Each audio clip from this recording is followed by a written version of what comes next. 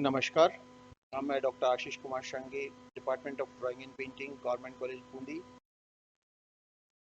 हम बात कर रहे हैं भारतीय चित्रकला के इतिहास के संबंध में। और कल वाली क्लास में हमने बात की थी अपभ्रंश शैली की। तो हमने देखा, एक मोटा मोटा मैं आपको रिवाइज करवा देता हूँ कि हमने देखा कि 11वीं से 15वीं शताब्दी तक चलने वाली ये कला ऐसे समय पे हुई जब मुस्लिम आक्रांताओं का भारत पर आक्रमण हो रहा था, जिनका उद्देश्य धर्म को नष्ट करना और लूटपाट करना था। ऐसे मौके पर इस बात की आवश्यकता महसूस हुई कि बहुत सारी धर्म ग्रंथ रचे जाएं और वो धर्म ग्रंथ हर घर में मौजूद हों ताकि उनको नष्ट आसानी से नहीं किया जा सके। इसी उद्देश्य से धर्म के रक्षकों ने, अकुशल चित्रकारों ने ऐसे धर्म ग्रंथों का, ऐसी पोथियों का रचना की जो धर्म ग्रंथों में चित्र बने। उन धर्म ग्रंथों में जो चित्र बने उनके चित्र अकुशल थे, इसलिए इसमें जो हमारी पूर्व परंपरा थी, अजंता की जो परंपरा थी, शास्त्रीय जो परंपरा थी, उसमें कुछ गिरावट के चिन्ह नजर आए। और इसी कारण इस शैली को अपभ्रंश शैली कहा गया। इसमें जैन धर्म और जैन धर्म के अतिरिक्त वैष्णव और हिंदू धर्म के चित्र बने हैं, जिनमें कालकाचार्य कथा, सुबाहु कथा, पादताड़तिकम, अग्नियुक्ति वृत्ति, बहुत सारे जैन ग्रंथ हैं। इसके अलावा बसंत विलास, रति रहस्य, मार्कंडेय पुराण, गीत गोविंद आदि की चित्रों की रचना हुई, आदि ग्रंथों में पोथियां बनी। ये बात हम देख चुके हैं। आज हम बात कर रहे हैं कि जो अपभ्रंश शैली के चित्र हैं, उन चित्रों की क्या क्या विशेषताएं रही, उनमें क्या क्या खास बात थी। तो आपने देखा था कि ये चित्र ज्यादातर ताड़पत्र पर बने हैं और ताड़पत्रों का स्थान बहुत सीमित होता है। जैसा कि हम कल भी बात कर रहे थे कि ताड़पत्र की जो लंबाई चौड़ाई है, वो लंबाई चौड़ाई 2.5 इंच की उसकी चौड़ाई ऊंचाई है, और लंबाई जो है उसकी वो लगभग 22-23 इंच है। तो उसमें बीच में जो स्पेस बनता था, वो स्पेस बहुत छोटा होता था, जहां पर उनको, कलाकार को बहुत ज्यादा चीजें रचने का या कंपोजिशन को बहुत ज्यादा डेंस करने का मौका उसके पास नहीं था। तो ऐसे छोटे स्थान पर उसने कैसे कंपोजिशंस बनाए, कैसे रंगों का यूज किया, इसके बारे में आज हम उन विशेषताओं के बारे में देखेंगे। तो कल हमने एक बात ये भी देखी थी कि यहाँ पर 3 तरह के चित्र हैं। एक ताड़पत्र पर बने हुए चित्र, दूसरे कागज पर बने हुए चित्र, और तीसरे कपड़े पर बने हुए चित्र, इखरे चित्र। जो कपड़े पे बने हैं वो पटचित्र कहलाते हैं, और जो पोथियों में चित्रित हुआ वो कागज की भी पोथियां थी और ताड़पत्रों की भी पोथियां थी। तो हम दोनों को अलग अलग उनकी विशेषताओं को देख लेते हैं। अपभ्रंश शैली की जो मूल विशेषताएं हैं, जो ताड़पत्रों में भी मिलती है और कागजों में भी मिलती है, वो कौन कौन सी हैं। सवा चश्म चेहरे में परली आंख का पूरा अंकन, ये उसकी बहुत विशेष पहचान है अपभ्रंश शैली की, कि सवा चश्म चेहरे में, जैसे कि आप इस फेस को देख पा रहे हैं, ये बिल्कुल साइड फेस नहीं है और न ये फ्रंट फेस है। सवा चश्म चेहरा, जिसमें ये आधे से कुछ ज्यादा दिख रहा है। ऐसे सवा चश्म चेहरे में ये परली आंख का पूरा अंकन, ये आंख जो आप देख पा रहे हैं इसका पूरा अंकन हुआ है। जबकि अगर हम इस फेस प्रोफाइल में अगर आप देखेंगे तो इतनी आंख हमें दिखती नहीं है, पूरी बाहर लटकी, हवा में लटकी हुई आंख दिख रही है आपको इसमें। तो ये जो खास बात है, ये खास बात है कि आपकी अपभ्रंश शैली में सवा चश्म चेहरे में परली आंख का पूरा अंकन, आंखें चश्मे के फ्रेम जैसी, आंखें कैसी बनी है, चश्मे के फ्रेम जैसी बनी है। और कृश बीमार सा तन बदन, आप देखेंगे तो बिल्कुल दुबले पतले इनके शरीर बने हैं। आप इस महिला की आकृति को देखेंगे तो इसकी भी जो आंखें हैं वो चश्मे के फ्रेम जैसी हैं। ये सवा चश्म चेहरे में ये भी परीली आंख का पूरा अंकन हुआ है, यानी बाद वाली आंख का पूरा अंकन हुआ है। इधर कमर देखिए आप कितनी पतली बनी है, कंधे चौड़े बने हैं। तो शरीर जो है वो कृश का है, दुबले पतले। भावों का अभाव, इनमें कोई भाव नजर नहीं आता। अजंता के जब हम चित्र देखते हैं तो वहां पर हमें भावों का स्पष्ट दर्शन होता है, लेकिन यहाँ पर हमें भावों का अभाव है। वृक्षों व पशुओं का सांकेतिक अंकन, वृक्षों और पशुओं का सांकेतिक अंकन हुआ है। आगे वाले चित्रों में हम देखेंगे कि जहां पर पशु पक्षियों को और वृक्ष वनस्पतियों को बिल्कुल सांकेतिक रूप में बनाया है, वो डेकोरेटिव पैटर्न की तरह बने हैं, स्वाभाविकता उनमें नहीं है। जैसी विशेषताएं इन अजंता के, अपभ्रंश शैली के चित्रों में उभर कर आई है। अपभ्रंश शैली के ताड़पत्र के चित्रों की विशेषता, अब मैंने आपसे बात बताई थी कि कागज पर भी चित्र बने और ताड़पत्र पर भी चित्र बने। तो ताड़पत्र पर जो चित्र बने उसमें स्पेस बहुत सीमित था, कागज चूंकि इनके पास बड़ा था इसलिए वहां पर थोड़ा सा कंपोजिशन चेंज हुआ। तो उसके बारे में हम देख लेते हैं कि विषय वस्तु प्राय भगवान महावीर के जीवन चरित्र से संबंधित रही एवं उनकी शिक्षाओं से संबंधित रही। जो जैन ग्रंथ है उनमें भगवान महावीर के जीवन चरित्र और उनकी शिक्षाओं से संबंधित चित्र इसमें बने हैं। आकृति निश्चित मुद्राओं में बनी है।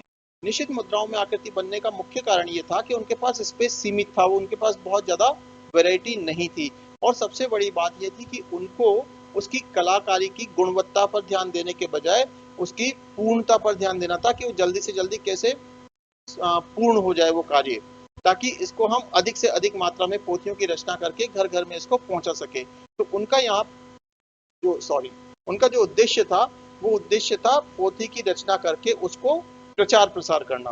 तो उस वजह से उसकी गुणवत्ता पर ध्यान देने के बजाय कार्य की पूर्णता पर ध्यान दिया गया। तो यहाँ पर आकृतियों को निश्चित मुद्राओं में बनाया गया क्योंकि कुशल चित्रकार नहीं थे। मानव आकृतियों के कंधे अधिक चौड़े और पेट पतले व क्षीण हैं। यहाँ पर भी आप इस आकृति में देखेंगे तो कंधे काफी चौड़े हैं और कमर बहुत पतली है। 2 या 3 आकृतियों वाले सादा संयोजन। आप देखेंगे कि कलाकृतियों में 2 या 3 आकृतियां बनी है, कहीं ज्यादा आकृतियां उसमें नहीं बनी है।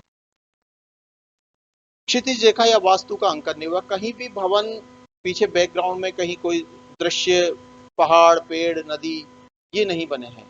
क्षितिज रेखा यानी जहां पर जमीन खत्म होती है और आसमान दिखाई देता है वो क्षितिज रेखा का भी अंकन इसमें नहीं हुआ क्योंकि स्पेस हमारे पास जो अंतराल था वो बहुत सीमित था, इसलिए उसकी गुंजाइश कलाकार के पास बचती नहीं थी। तो क्षितिज रेखा या वास्तु का अंकन नहीं हुआ महलों आदि का। प्राथमिक रंगों वाली वर्ण नियोजन पद्धति। प्राथमिक रंगों वाली वर्ण नियोजन पद्धति से तात्पर्य है कि इसमें लाल पीला नीला हरा ये मुख्य रंगों का चटकीले रंगों का प्रयोग हुआ। रंगों को अनिश्चित रूप में लगाया गया, यानी रंग को मिक्स करके बहुत सारे कलर्स नहीं बनाए गए हैं, प्योर कलर्स को मुख्य रंगों को इस्तेमाल किया गया है।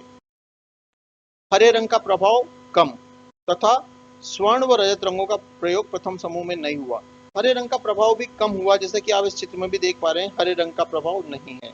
और स्वर्ण व रजत रंगों का प्रयोग प्रथम समूह में नहीं हुआ, यानी ताड़पत्रीय चित्रों में जो है वो गोल्ड और सिल्वर कलर का उपयोग नहीं हुआ। बाद में जब कागज का आविष्कार हुआ, कागज जब आया तो उसमें वहां पर गोल्डन और सिल्वर कलर का काफी काम हुआ। पुरुष वेशभूषा में दुपट्टा व धोती मुख्य है। स्त्रियों को कसी हुई चोली और धोती में अंकित किया गया है, जिसमें गुजराती पटोला के मोटे अलंकरण बने हैं। जब आप इस चित्र को देखेंगे तो यहाँ पर गुजरात के जो पटोला एक स्टाइल है, उस स्टाइल के बड़े बड़े जो डिजाइन हैं वो उसमें बने हुए हैं कपड़े में। और लोक कला की सादगी तत्परता व सीमितता जैसी प्रवृत्तियां ताड़पत्रीय चित्रों में देखने को मिलती है। यानी लोक कला की सादगी, इसमें एक सादगी है क्योंकि इसमें उन्होंने कोई क्लासिकल इफेक्ट डालने की कोशिश नहीं थी। उनका उद्देश्य था बात को संप्रेषित करना, इसको कलाकृति को बहुत उत्कृष्ट कोटि का बनाना उनका उद्देश्य नहीं था। तो ये जो थी वो अपभ्रंश शैली की ताड़पत्र के चित्रों की विशेषताएं थी। जैसे कि हम चित्र में देख रहे हैं यहाँ पर कि आप देखिए कहीं भी क्षितिज रेखा का अंकन नहीं हुआ है। इसमें कल हमने बात की थी कि संयोजन को आड़ी पट्टियों में बांटकर विभक्त किया है, तो ये देखिए आड़ी एक दृश्य ये बना दिया, दूसरा दृश्य ये बना दिया। कहीं भी उसमें दृश्य को चेंज करने के लिए सीन नहीं दिखाया है। यहाँ पर आप देख रहे हैं ये सवा चश्म चेहरे में पड़ली आंख का पूरा अंकन, कंधे चौड़े और पेट कितना पतला बनाया देखिए आप। मुद्राओं भंगिमाओं का अभाव है, मुद्राएं भंगिमाएं भी इसमें नहीं है। तो ये अपभ्रंश शैली के कुछ चित्र हैं। हाथियों पशुओं को सांकेतिक बनाया है। अपभ्रंश शैली की विशेषताओं के अंतर्गत ही हम देखते हैं कि 14वीं सदी के अंतिम दशक में यानी लगभग 1390 के आसपास के अंतिम दशक में ठेठ अपभ्रंश शैली के चित्र मिलते हैं। अपभ्रंश शैली में अंतराल ठोस है, ये ध्यान देने वाली बात है। अंतराल ठोस होने का मतलब है जैसे कि आप इस चित्र में देख रहे हैं बैकग्राउंड में लाल कलर डाला गया है। एक तो डिस्टेंस नजर आता है आपको, जब आप चित्र में देखते हैं तो एक चीज है आगे, फिर उससे पीछे कुछ एक चीज है, फिर उसके पीछे कुछ चीज है और इस तरह से आपको डिस्टेंस नजर आता है। जैसे आप एक दृश्य देख रहे हैं तो एक घर बना हुआ है, झोपड़ी बनी हुई है, झोपड़ी के पीछे खेत है, खेत के पीछे फिर नदी नजर आ रही है, नदी के पीछे फिर पहाड़ है, पहाड़ के ऊपर पेड़ है। तो इस तरह से पूरा का पूरा एक डिस्टेंस नजर आता है। आप उसकी आंख जो है आपकी वो दृष्टि बिंदु दूर तक उसमें देखता है, डीपनेस। तो यहाँ पर जो चित्र बने हैं वो सब कैसे हैं, द्विआयामी।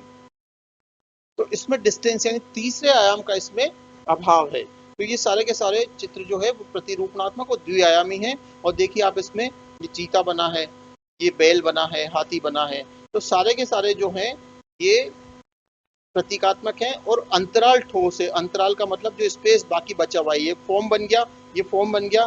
फॉर्म के पीछे का जो अंतराल है, जो बैकग्राउंड है, वो ठोस है, यानी कहीं भी उसमें डेप्थ नहीं नजर आती, गहराई नजर नहीं आती है, तो ये अंतराल ठोस रूप में है। दूरी के प्रभाव को खंडित कर दिया, यानी दूरी का प्रभाव उसमें कहीं भी डिस्टेंस दिखाई नहीं देता कि कौन सी चीज आगे है, कौन सी चीज पीछे है। अंतराल को आयतों में 2 या 3 पट्टियों में विभाजित किया गया है, जैसे कि हमने पिछले चित्र में भी देखा। तो आयतों में ये एक आयत बना दिया, ये एक आयत बना दिया, यहाँ पे एक चित्र बनाया। तो इस तरह से ये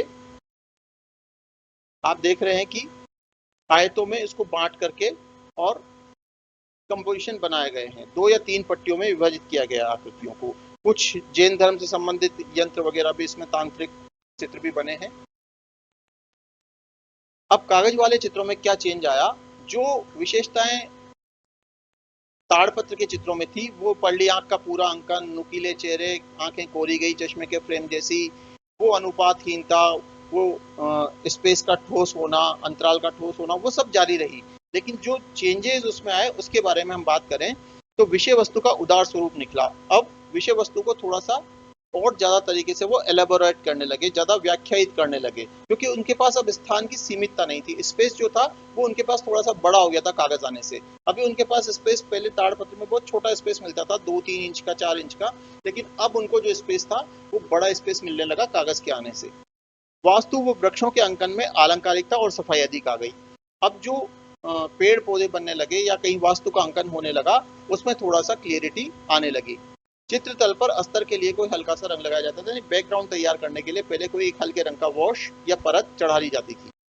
स्वर्ण व रजत रंगों का प्रयोग होने लगा। हमने पहले बात की थी कि प्रथम समूह में यानी ताड़पत्र वाले चित्रों में स्वर्ण और रजत रंगों का यानी गोल्डन और सिल्वर कलर का इस्तेमाल नहीं हुआ था। कागज वाले चित्रों में गोल्ड और सिल्वर कलर का इस्तेमाल होने लग गया था। पीले के स्थान पर लाल और नीले के और ला, पीले के स्थान पर स्वर्ण व लाल के स्थान पर नीले रंग का प्रयोग होने लगा था। अब ये खास बात है, जैसे हमने पिछली पेंटिंग में देखा था कि बैकग्राउंड जो पूरा लाल बना हुआ था, आप देखिए कि उसकी जगह नीले, लाल की जगह नीले का प्रयोग होने लगा। इसके बैकग्राउंड में नीले रंग का प्रयोग है, तो लाल की जगह नीले का प्रयोग होने लगा। और पीले के स्थान पर, जहां पर पहले गोल्डन दिखाना होता था तो वहां पीला रंग भरा जाता था, लेकिन अब उसकी जगह गोल्डन कलर का इस्तेमाल होने लगा। हरे रंग का प्रयोग कम हो गया। मुखाकृति व शारीरिक गठन में चली आ रही रूढ़िबद्धता जारी रही, यानी जैसा फेस कट, जैसा जो चेहरा मोहरा बनता था वो अब भी वैसा ही बनता रहा, उसमें कोई विशेष परिवर्तन नहीं आया। किंतु किंतु कालकाचार्य कथा वाले चित्रों में महाराज के अंकन में 3/4 चेहरा वो आंखों को सीमा रेखा के अंकित अंदर बनाया है। ये खास बात है। अभी हम देख रहे थे कि सवा चश्म चेहरा था और परली आंख का पूरा अंकन, यानी आंख जो है वो सीमा रेखा से बाहर तक निकली हुई नजर आती थी। लेकिन कालकाचार्य की जो कथा है, वो जो चित्रित हुई पोथी, कालकाचार्य की कथा की पोथी, उसमें चेहरा जो है वो जो बना वो 3/4 बना, और उसमें आंखों को सीमा रेखा के अंदर अंदर बनाया गया। ये खास बात थी। ताड़पत्र के चित्रों की परिपाटी का ही विकसित रूप कागजीय चित्रों में मिलता है, यानी कागज पर जो चित्र बने उनमें कोई विशेष अंतर नहीं आया, थोड़ा कंपोजिशन चेंज हुआ और थोड़ा सा उसमें इंप्रूवमेंट हो गया था, कुछ कलर्स नए जुड़ गए थे, कुछ कंपोजिशन चेंज हुआ। बाकी चित्रों की जो रूपरेखा थी वो वैसी ही रही जैसे ताड़पत्र के चित्रों में जारी रही। ये जैसे हम चित्र देख रहे हैं, तो यहाँ पर हमने पहले देखा कि आड़ी पट्टियों में बांट कर विभाजित किया है, तो यहाँ पर भी आड़ी पट्टियों में बांट के विभाजित किया है। हमने देखा, हमने कहा था कि पेड़ पौधों पशु पक्षियों को सांकेतिक दिखाया, तो देखिए पेड़ बनाया हुआ है यहाँ पर बीच में एक, इन दोनों आकृतियों के बीच में एक पेड़ बनाया हुआ है। तो कितना सांकेतिक है, पेड़ ऐसा नहीं होता लेकिन डेकोरेटिव पैटर्न्स की तरह से पेड़ बनाया हुआ है। यहाँ पर भी आड़ी पट्टियों में काटकर विभक्त किया गया है इसको। और देखिए यहाँ पर वास्तु का अंकन होने लगा, जब कागज आया तो यहाँ पर वास्तु का अंकन होने लगा। अब मोर बनाया हुआ है तो मोर को भी सांकेतिक बनाया, मोर जैसा दिखता है वैसा नहीं होकर के। परली आंख का पूरा अंकन ये अभी भी जारी रहा। ये सारी विशेषताएं अभी भी जारी रही, लेकिन जो कागज के चित्र थे उनमें कंपोजिशन थोड़ा सा ज्यादा होने लगा और आकृतियों की भीड़ भाड़ थोड़ी सी ज्यादा हुई पहले की अपेक्षा। इस चित्र में देख रहे हैं हम, तो ये जो चित्र हैं इन सब में आपको ये सारी विशेषताएं देखने को मिलेंगी। ये सब अपभ्रंश शैली के चित्र हैं। तो ये बात आपको आशा है समझ में आई होगी। और आप इसको एक बार से अच्छे से पहले वाले चैप्टर को भी एक बार सुने, पहले वाले वीडियो को जाकर भी, इसको भी आप समझें, दोनों को एक साथ देखें और फिर कोई बात समझ नहीं आए तो जरूर पूछें। Thank you so much. Thanks.